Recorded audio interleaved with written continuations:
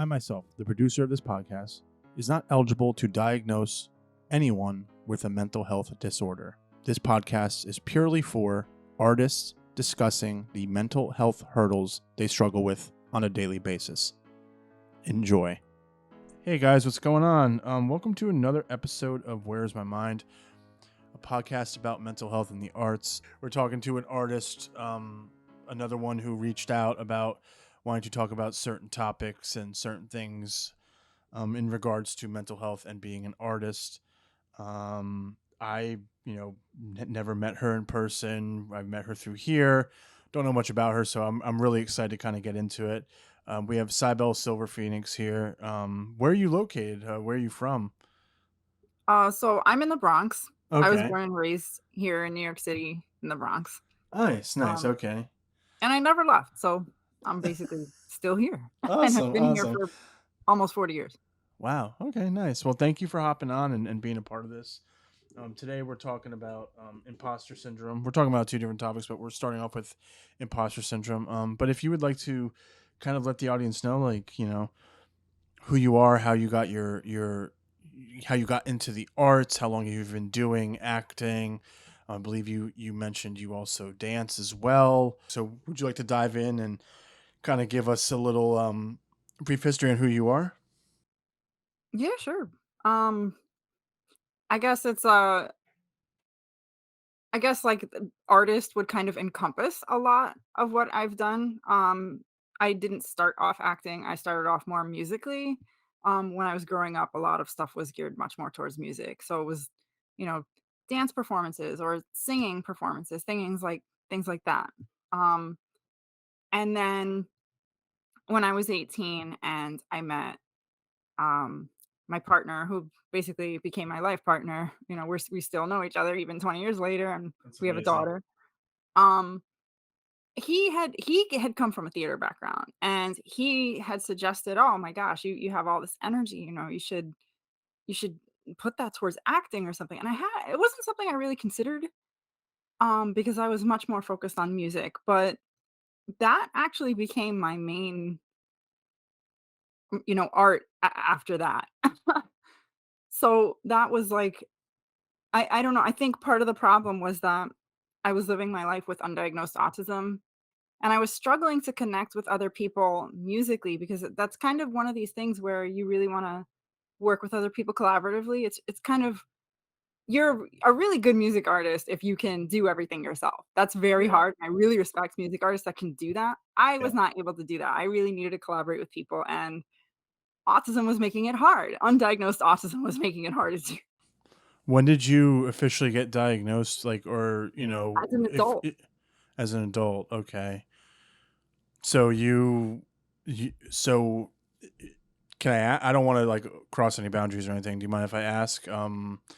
If how it was, I guess, being a kid. Like, were you, because like for me, I had as a kid, I had severe anxiety and I saw doctors and everything, and they said it would balance out, and when it did balance out, my mom's like, "Well, son of a bitch, look at that," like it really did. I always joke, I always attested to be like, "No, I just discovered weed, and now I'm just a lot more chill," but but the doctor said no, like it would be, it's gonna balance out. So like when you were a kid, like did you how you were feeling? You said it went undiagnosed until you were an adult. So like when you were a kid, did you were like always wondering like what's going on with me? I don't know understand what's really happening right now. Yeah, I mean, initially it wasn't like that. Initially, I was thinking everyone else was nuts. But, because they would do and say things that made no sense, and, Yeah. for people that don't know a lot about autism, autistic people tend to very much be highly focused on logic, um, kind of like some of these characters from Star Trek, like, Data in Next Generation or Spock in the original series. We tend to be a lot like that, like, our thought processes are very much like that. Yeah. Yeah, so when you put someone like that in an environment where no one else is like that, it's incredibly depressing because you get predated on and you just end up with anxiety that you didn't have before, and then that anxiety becomes depression because that never goes away. People will always pick on someone who is different, Yeah. and if you don't have an explanation for why you are different, it just it just becomes really persistent no matter what environment you're in. So I had switched schools before high school, like 6 or 7 times, and the way that people treated me was essentially the same. All throughout high school No, prior to high or school. prior to high school. So how was high school then for you? Well, see, this is the funny thing in terms of that whole logic thing that I was explaining. I chose my high school based off very specific things. Like I was mathematically calculating that if I chose a type of school that was the opposite of all the schools I had been to, that then I could increase my probability by a lot of like finding friends that were like me. Yeah. And that actually ended up working out because all my previous schools had been private schools, had been schools with small populations, small classroom sizes. So it was easy for the students to band up against me. In high school, I went to a high school that was a public school. There were 4,000 students in it.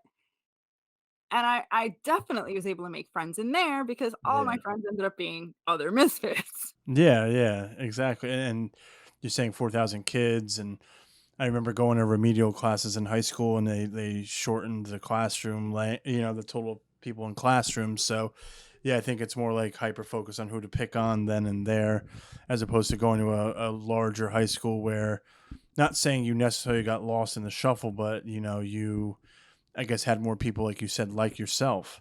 You want to say misfits, of that, like you had more of that. So that's very interesting. So how old were you, if you don't mind me asking, when you got diagnosed? Like, how was that process of like, were you just like, all right, something's up, let me just go, like, or did someone else out, like, like your partner or some friends of yours, did they ever kind of like, or any family members be like, hey,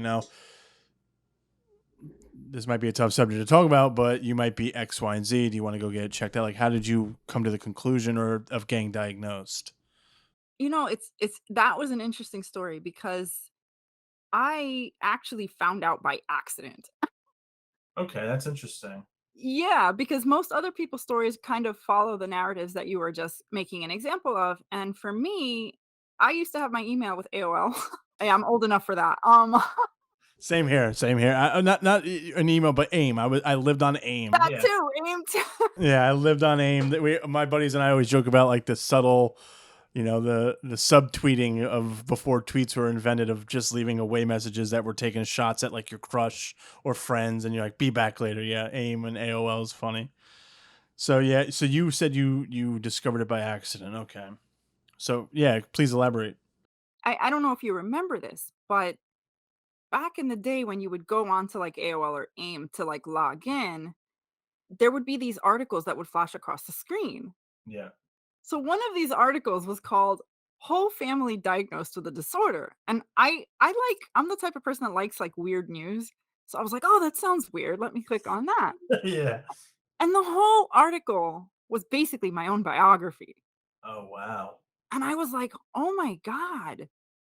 Oh my god." Like, and it was like my whole life flashed before my eyes, like if I was dying or something, you know what I mean? And all of a sudden, all these things that had happened to me in my life and all these like scenarios and incidents and just everything started to make sense. And it was pretty dramatic. And I printed out this article and then I went and like, did some searches and found some other information to like back this up. And I was like, oh my God, I have a disorder. And no one ever told me because I had been in therapy when from 11 to 18. I actually was in therapy, but Um, never received a diagnosis, or if I had a diagnosis, was not informed of it. And what are your thoughts on therapy? Like, I know you said you were in there for 7 years as a kid. Did I benefited a lot from it at the time because I really had a lot of insecurity issues because of the way people were treating me. And it was CBT therapy and it definitely helped me boost my poor confidence and self-esteem, you know. But there's one caveat with that. Because if you're autistic, you know, and you're in therapy to boost your self-esteem. A lot of that kind of therapy teaches you how to, like CBT in particular, I'm not really sure about many other types of therapy, but CBT is kind of this thing where um you're training yourself to change your thoughts, so to like reframe a scenario, for example, and not look at it the way that you used to look at it. So for example, oh, I want people to like and accept me. I'm insecure because people don't like and accept me. And then you change the thoughts where, well, who cares if people accept me? Yeah. Right? Now, here's the thing though. If you're autistic, people not accepting you matters. Why is that? Well, because the problem is part of autism is a social disability. And what I learned after I turned 18 is that it was hard to get a job. It's hard if you have autism, it is hard to pass interviews. If you can pass the interview, it's hard for you to keep that job because you have to maintain social relationships at work. It's hard to do that, so there's because it's a social disability and it's a communication disability. But if you Which seems like I'm sorry to cut you off. It just seems like a very lonely place to be. And whenever I've come across classmates, friends, not friend, no, none of my friends I grew up with have or have been diagnosed with it. Some you just see it, and maybe in some children, or like I said, classmates, and it just seems like it's a very like very lonely and isolated place to be, and it just seems like it's not. Wouldn't say it's really like your choice of the matter, you know? it really isn't, but people will blame you, Oh, yeah. especially if you're undiagnosed. They will say you're being an asshole. You're an asshole. Yeah. I think people use being introverted as being an asshole. Like, I think people use being an introvert and they're just really an asshole. There's a difference between being autistic and being introverted, obviously, but like, I think, for someone to say, "Oh, I'm introverted. That's why I sit over here by myself." Blah blah blah. It's like, no, no, you're kind of an asshole. Like introvert. To the point where you can't leave your house. Then that's a little bit different. But I think people usually loosely use that term, introverted. But yeah, no, you know, it's almost like, yeah, like you said, when people have autism, they're going to be quick to be blamed for a lot of stuff. Oh, yeah. I mean, especially because the autistic communication style is more blunt. It's very honest, which people tend to dislike. Like, there's a lot of contradictions that we encounter as autistic people, and one of them is that people will say, "Oh, I respect honesty," but then when you're honest, you get in trouble.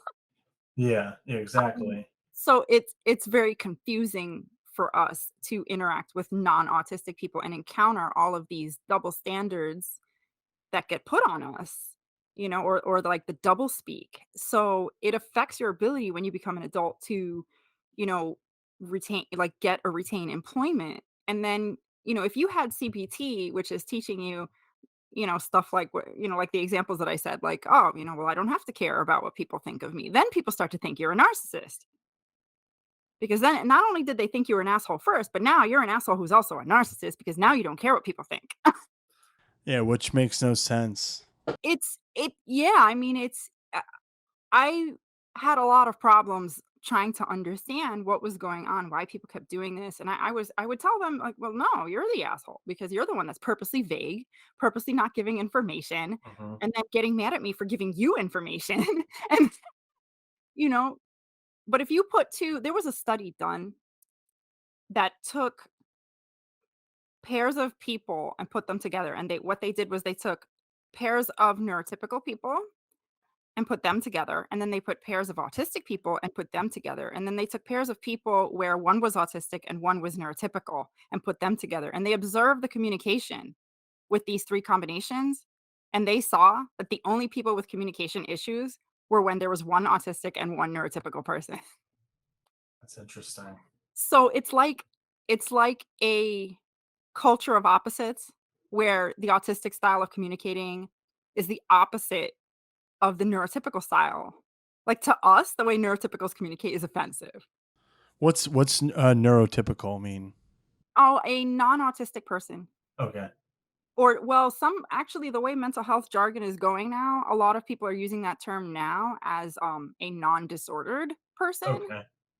but I initially, it was autistic people using that term to describe someone who is neurologically typical and someone who does not have any kind of neurological difference, and I think the reason that the usage of that term is kind of broadening to include other mental health conditions where other people are starting to refer to non-disordered people, using that term is because a lot of other mental health conditions are now being accepted as also neurological in nature.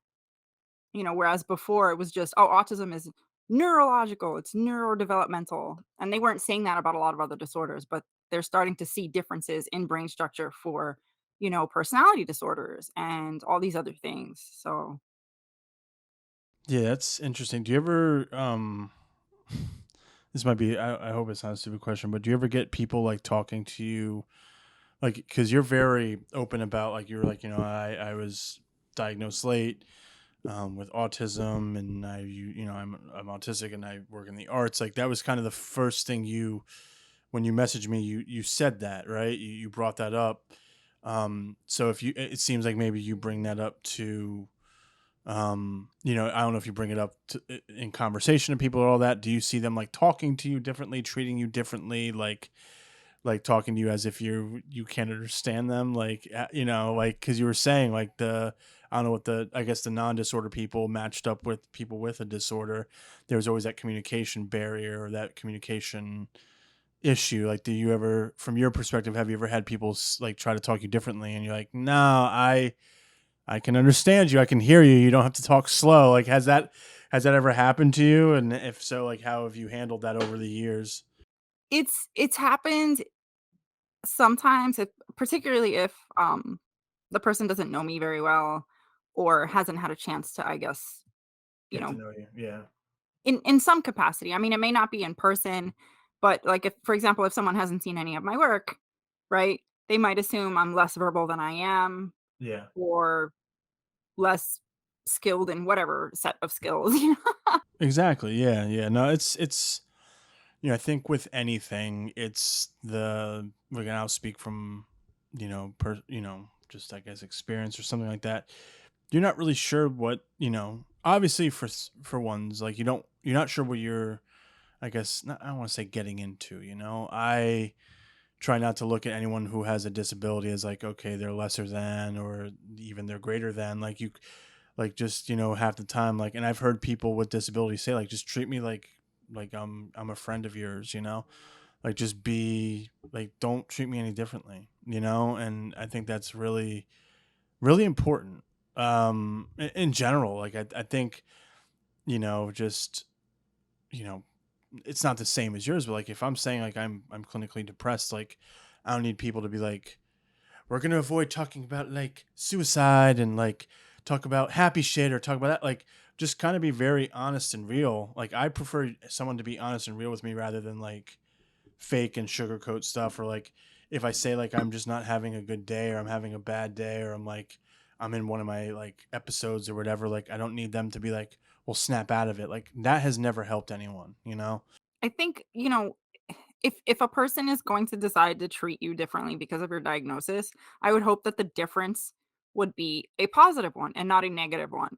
For example, with autism, if anyone that knows anything about autism, like if you tell such a person that you have it, then the expectation would be, okay, they know that you have autism, so they know to communicate with you in a literal fashion and not a figurative fashion. They know to communicate Yes. with more detail and not less of it. So like these kind of modifications in communication, and Yeah. I also have depression, and that's something that that like the things that you were mentioning, those were things that I found incredibly hurtful. Like when people would say things like that, they would say, "Oh, that the depression is my fault, that I bring it on, that I don't try hard enough, that all these things, and Yeah. those things were so incredibly hurtful. All they did was make the situation worse, not better. And it's just I don't know. Those are the types of things that are absolutely very unhelpful with mood disorders for people to just invalidate your experience and say that everything is your fault. Yeah, I think a And the lot of people. same thing for anxiety too, because I've seen people tell people with anxiety disorders, "Oh, just relax." I mean, if they could just relax, they wouldn't have an anxiety disorder. Exactly, right? Yeah, like, oh, relax. Okay, I'm all better now. Thank you. You know, it's kind of like I think I wish people, would understand more that like it's like mental health is not like I don't even know how to, it's not an easy fix, right? Like, it's it's also generational too. Like, people who are or who are our age, we're more, I think, open to talking about like what battles we go through, what's been wrong with us, like what we've had to endure. Maybe our parents are very much like not not very open to any of that, um s- yeah. At my childhood,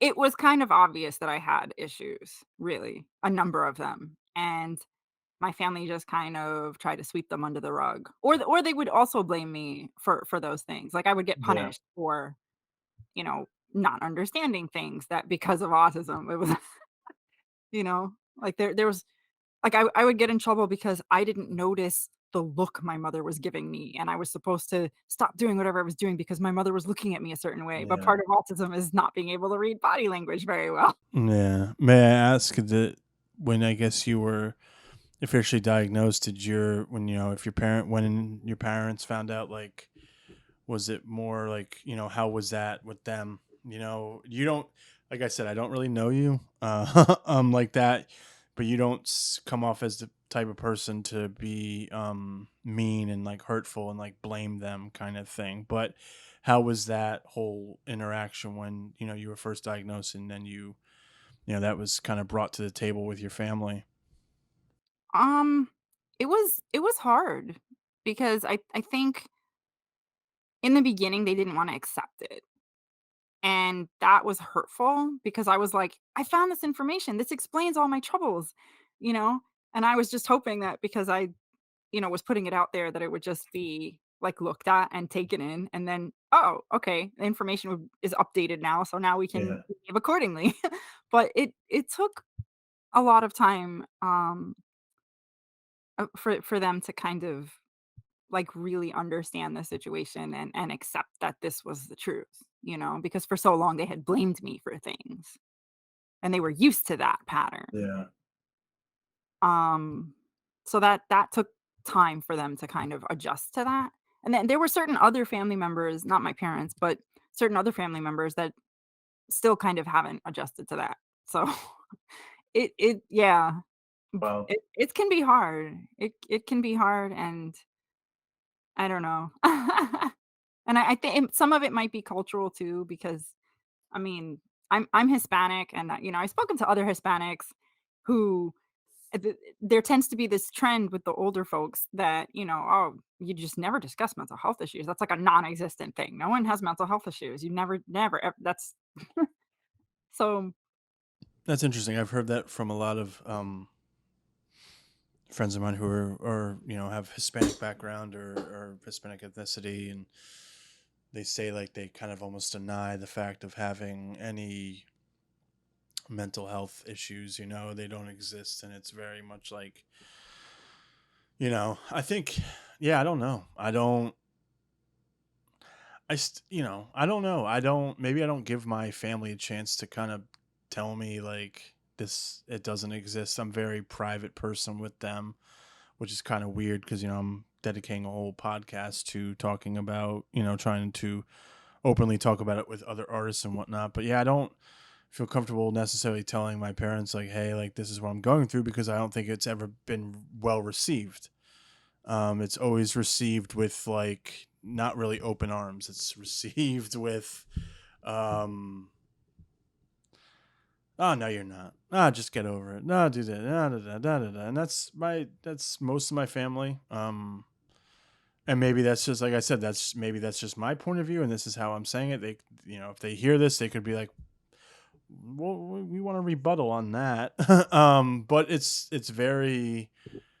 But that's just how I feel. I don't feel very comfortable telling them, but that's why I'm in therapy. I feel very open, vulnerable, and honest with my therapist, and I don't feel like that with them necessarily. I don't even feel it with it a lot of people. I know I'm like I said, I know I'm conducting this podcast and I try to, you know, relate to anyone, yeah, as many people as I can on here.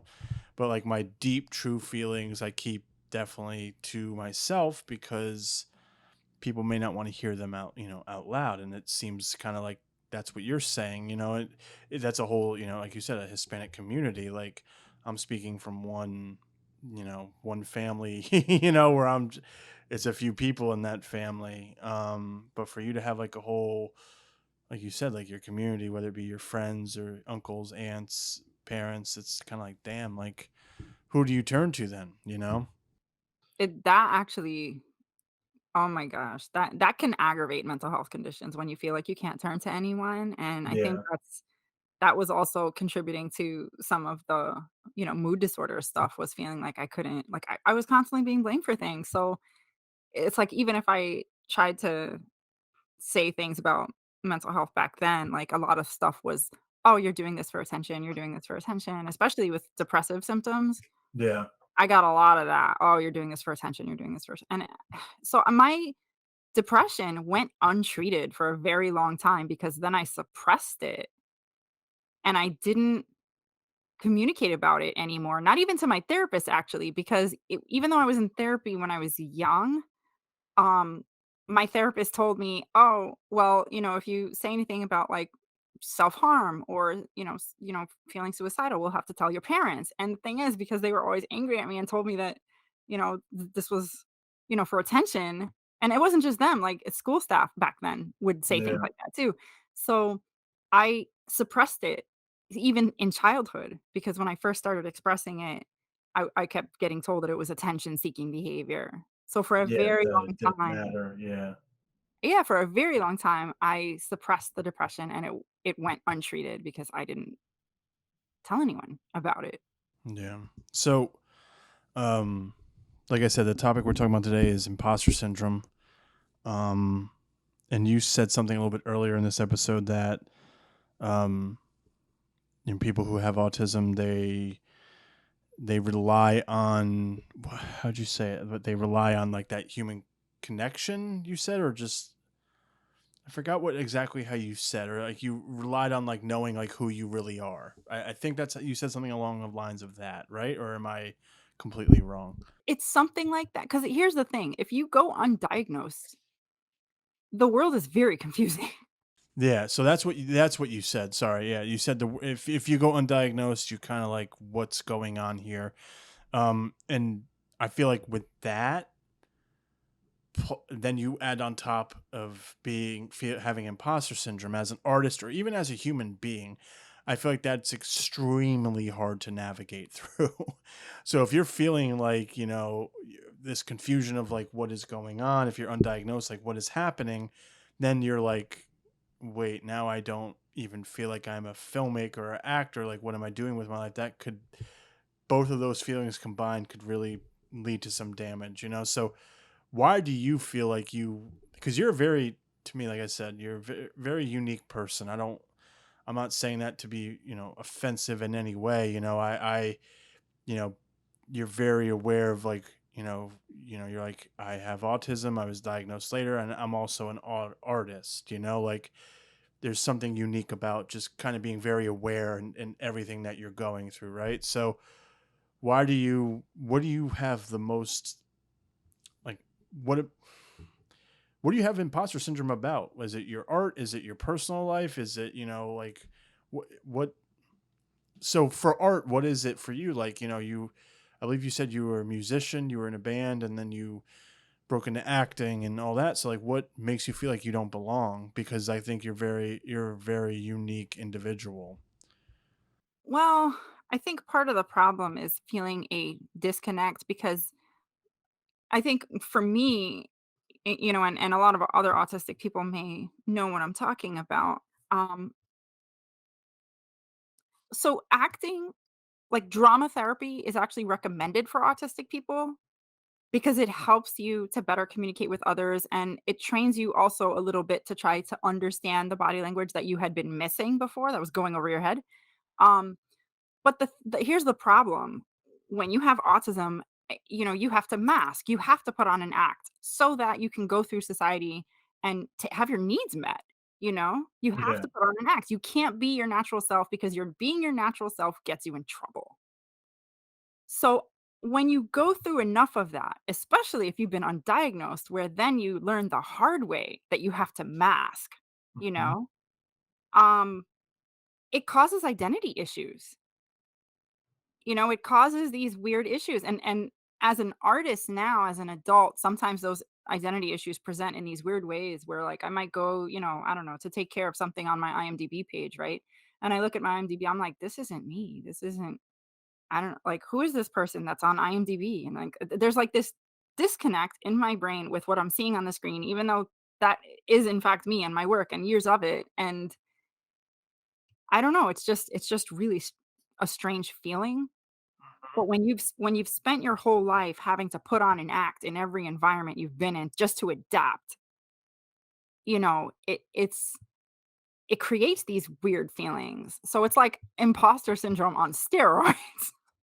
Yeah. And then it affects you too when you are, going for auditions and doing all these things. You have to like extra hype yourself, like be your own cheerleader times 10, because you have this identity disconnect. Yeah. That what It creates this situation where it's hard for you to have developed an identity in a normal way because you've constantly had to put on an act for people so that they wouldn't oppress you. Yeah, it just seems like it's a constant battle. You're putting on, like you said, you're putting on a mask to go out, just to go to the grocery store, and then when it comes to acting, you have to let that mask down, and it's very, very interesting. That's the funny thing because if you've been doing it for so long, you don't know sometimes how to put the mask down or even what's under the mask anymore because you Yeah. haven't had it. When are you allowed to be yourself? When? Yeah, no, I don't know. I don't think a lot, like, people say like this is who I am, like take it or leave it. Um, you know, so it's kind of like, you know, I think people are very, people are very in their way. I don't know, like for me it's like I feel like I can never really be myself because myself is just kind of like an unfiltered person who kind of says whatever they want, and sometimes they're negative, sometimes it's positive. um so it's like I feel like a lot of artists don't know who to be sometimes.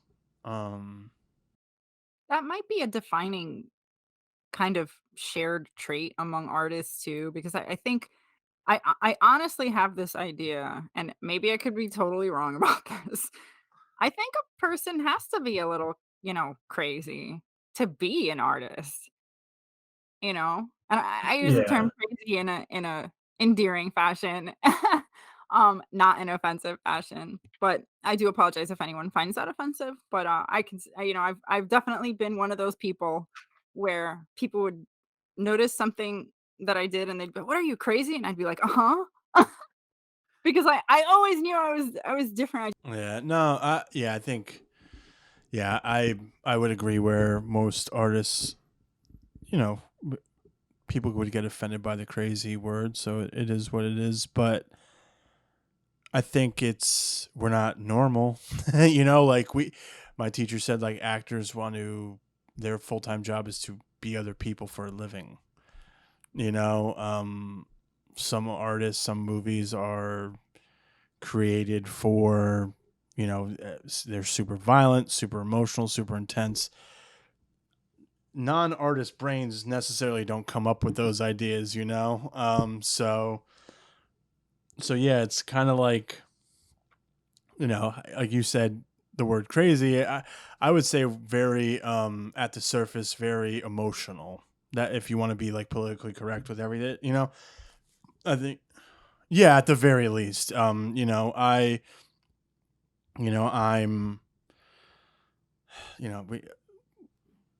I have a lot, I feel like I always say this in each episode, and I'm trying not to, but I just want people to kind of understand like what artists are going through every day. Like I'm going through a lot of personal issues right now, and I haven't really been able to think of an idea for a story. And the first idea of a story I came across was, that came to my mind, was about a friend visiting his best friend on the West Coast, and he told his best friend like, "Hey, I'm going to kill myself." Like, a normal person probably doesn't think that way. Now, I wouldn't say I'm suicidal by any means, but it's like, why is that the first story I'm thinking of? Is it because like suicide is an escape from everything that, so maybe it's like, yeah, you want to escape from reality, this and that. Like, I wish there were better ways to escape, than thinking anything like that. But I say all this because it's like, I'm not sure if quote unquote, I'll just say non-artist would ever feel that way, So, but yeah, yeah. There's this capacity that artists have to think outside the box, you know? And I think where that skill set tends to come from, tends to come from people whose thought processes are not aligning with the typical population. They're just not. Yeah. It's interesting, I think, there's a lot of people who, think they understand artists. I personally, I think we're very, artists are hard to understand, and you know, it's always interesting to kind of talk to some other artists and be like, hey, is this, how are you maneuvering or maneuvering through the day through this ever changing, artistic lifestyle kind of thing. So, why do you think most artists have fears of imposter syndrome or have imposter syndrome? I think a lot of artists are battling their own demons, in our minds, and sometimes, if looking in the proverbial mirror is can be scary because you know your own weaknesses. And sometimes we're our own worst critic because we know those things, you know? And when that happens, it's very easy for us to look at our work and be like very critical, or look at ourselves and be very critical, you know? And I think part of that process is thinking that we're not good enough sometimes, or thinking our work isn't good enough, or we're not really as good as, I don't know, the internet says we are. That's Or, a big thing, whatever. yeah. Yeah, or sometimes it isn't even that. Sometimes it's criticism from others, and then, depending on your mindset, because I think those of us that might be on the more depressive end of things, our minds by default are, you know, kind of designed with the whole depressive thing, kind of designed to zero in on a lot of the negative criticism and like internalize it more. And there were studies done on that too, to show that, people that have like depressive symptomology, they tend to remember like their memories are more primed for negative experiences than positive ones. So it's not that they necessarily won't remember the positive ones at all, but they'll remember the negative ones faster and in greater detail, Yeah. you know? So if you're experiencing anything like that, like a mood disorder like that, it makes the imposter syndrome a much more likely thing, especially if you're on the receiving end of a lot of criticism. But even if it's not a lot of criticism, because people with that mindset, what'll happen is you might get like, out of 100 people, 90 people might be in your corner and cheering you on, right? but you're gonna remember the things that the 10%, the other 10 said because they were bad, you know? So Yeah, I mean, I'm always and then you have to fight that, in yourself. You have to fight the urge to do that or the instinct where your brain just automatically does that. You have to fight that for your own sanity. I was always fixated on the negative stuff, and it's kind of like, I wish I wasn't, but I feel like if people don't like my work, I'm like, fuck, man, like, what's wrong with that? And 8, 10, 12, dozen people or hundreds of people can like my work, and then it's like that one or two people that will be like, man, well, maybe I really am not shit, like maybe I'm not it, maybe that's it, so Yeah, no, it definitely happens, and it's absolutely happened with me, and it's something that those of us that go through that, we have to try to kind of talk or give ourselves our own pep talks to talk ourselves yeah. out of that. Yeah, no, we definitely do. I get more validation from artists like-minded with me, because if an artist like such as myself is giving me props on something, it means more, because like they know the struggle, it went through. So yeah, so it's very much, it's a weird thing. Why do you, I don't, is imposter syndrome recognized an official disorder? That's a good question. That will Yeah. probably I don't think I feel like that's more for like a doctor, obviously, but I didn't know if like you, like, if you think it is official or not. I don't think it is in Yeah. the DSM, but that is actually a great question. If the imposter syndrome is in the DSM, is it a treatable disorder? Because I Yeah. I don't think I've ever heard of anyone saying that they had, like, an official diagnosis, but it's Mhm. definitely loosely used to describe the Yeah. set of behaviors that we've been talking about, for sure. Yeah. Yeah. Exactly. Yeah. I don't know if it is. It'd be interesting as to, it'd just be interesting if it was, and The other thing too is that the DSM, the Diagnostic and Statistical Manual of Mental Disorders that's used for, to diagnose, um, ailments within the psychiatric community, that's gone through a number of revisions. So right now they're on the 5th edition. oh, really? Yeah, so it's been revised 5 times. So the interesting thing about these revisions is that throughout history, there's been disorders that were, removed or renamed or recategorized. Yeah. So it's entirely possible that if it was never in there before, it could be added later, you know? Hmm. Or it's possible that it was in there before and got removed, Yeah. Um, but depending on I think things get added depending on the level of severity. Like if they because it's like a committee of like psychiatrists that get together every time they're considering a revision and they kind of argue about Yeah. like what to do. What is classified, what's not? Yeah. Yeah. That's So they'll interesting. argue about whether or not to like include Yeah. or recategorize something because like autism used to have these different categories like pervasive developmental disorder and Asperger syndrome, which was my initial diagnosis was Asperger syndrome. And then everything got switched with the 5th edition where now it's just autism level 1, which is now my category, autism level 2, and autism level 3. I'm So you see guessing what they did is there? it the higher you go, is it more intense? It's yeah, so I think that, I guess autism level 3 would be, like, people that might be completely nonverbal, but also don't have, um, I guess what they might describe as, um I don't know if there's, like, a non-offensive way to put this because I'm going based off previous information, and a lot of people are trying to work to change the way that autism is discussed in terms of those other levels, right? Because Mhm. there are people who are nonverbal that once they learn how to type, they're typing whole entire stories and can communicate, and no one ever knew that they, had all this thinking capacity.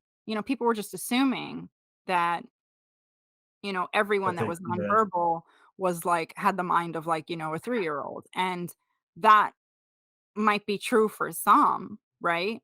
yeah, But it's been shown that that's not true for all. So that's the reason why there's a lot of debate on how to talk about this. But I think, the whole level 3 autism is supposed to be what's like the most severe. But there's just, because of what I just explained to you, there's a lot of question as to how to describe severity. Because if someone is nonverbal and they haven't yet been taught another way to communicate or haven't learned that yet, they might be hiding a very intelligent person in there. You see what I yeah. mean? That No, just that that's communication difference you don't know about. yeah. That's what's wild is like the human brain is fascinating.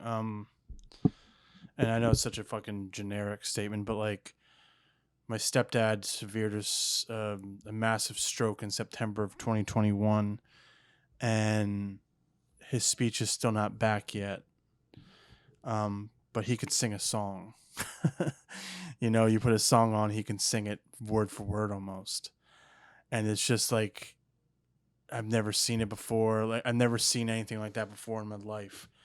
But then there's parts of his brain that can't have, that won't allow him to stand up or do anything. It's just, man, it's and I know, like, saying, "Oh, the brain's a fascinating thing." I know it's such a generic fucking like thing to say, but it is like, you're saying like nonverbal, people with autism. If you open up the floodgates, you have no idea what's going to come out. It's wild. People that I can't remember her name, but one of the people that, this happened to, where she had learned how to type and then she was just communicating like crazy via that route. And, she was advocating, for people not to assume that nonverbal autistic individuals are, um, unintelligent or something like that. So she had this phrase that she was telling everyone, presume competence, meaning don't assume that we're not capable. You know what I mean?